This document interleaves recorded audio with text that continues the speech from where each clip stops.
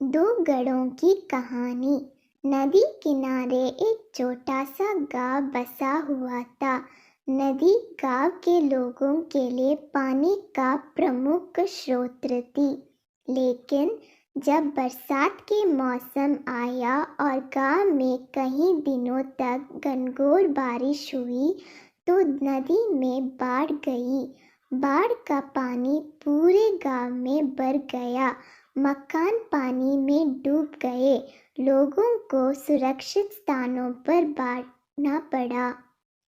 बाढ़ की पानी में लोगों की घरों की कई चीजें बहने लगी। उनमें दो घड़े भी थे। एक पीतल का घड़ा था और एक मिट्टी का। दोनों ही घड़े पानी में खुद को बचाने का प्रयत्न कर रहे थे। पीतल के कठोर और मजबूत घड़े ने जब मिट्टी के कमजोरी घड़े को संघर्ष करते देखा तो सोचने लगा कि मिट्टी ये कमजोर घड़ा आखिर कब तक खुद को डूबने से बचा पाएगा। मुझे इसकी सहायता करनी चाहिए। उसने मिट्टी के घड़े से कहा, मित्र सुनो, तुम मिट्टी के बने हुए हो और बहुत कमजोर हो। बाढ़ के इस पानी से तुम अधिक दूर तक नहीं जा पाओगे और डूब जाओगे। मेरी बात मानो और मेरे साथ रहो। मैं तुम्हें डूबने से बचा लूँगा। मिट्टी के घड़े ने पीतल के घड़े को देखा और उत्तर दिया, मित्र, तुम्हारी सहायता के प्रस्ताव के लिए धन्यवाद, लेकिन मेरा तुम्हारे आसपास रहना मेरे सलामती के लिए उचित नहीं है।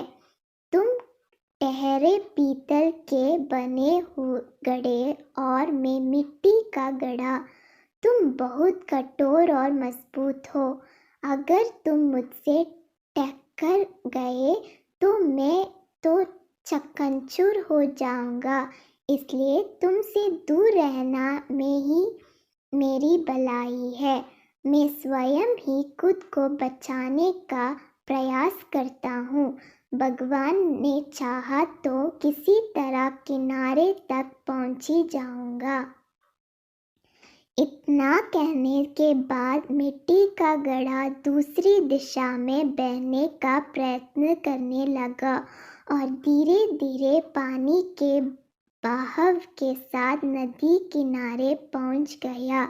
वहीं दूसरी ओर पीतल का भारी घड़ा भी प्रयत्न करता रहा, लेकिन नदी के पानी के तेज बहाव से खुद को संभाल नहीं पाया। उसमें पानी भर गया और वह डूब गया।